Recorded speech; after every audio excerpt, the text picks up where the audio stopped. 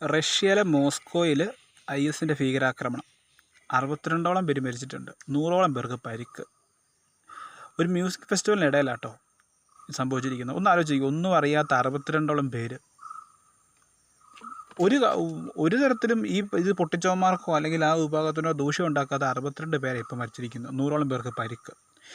ലോകത്തുനിന്ന് ഈ IS എന്ന് പറയുന്ന വിഭാഗത്തിനെ തുടച്ച് നീക്കിയില്ലെങ്കിൽ ഇവന്മാർ ഈ ലോകം തന്നെ കുട്ടിച്ചോറാക്കും.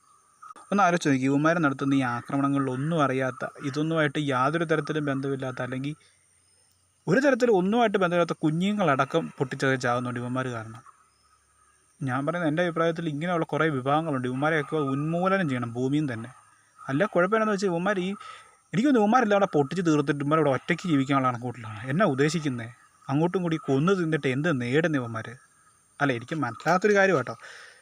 ഞാൻ എപ്പോഴും ആലോചിക്കാറുണ്ട്, എന്തിൻ്റെ പേരിൽ ഇത് യാതൊരു ബന്ധമില്ലാത്ത ആൾക്കാർ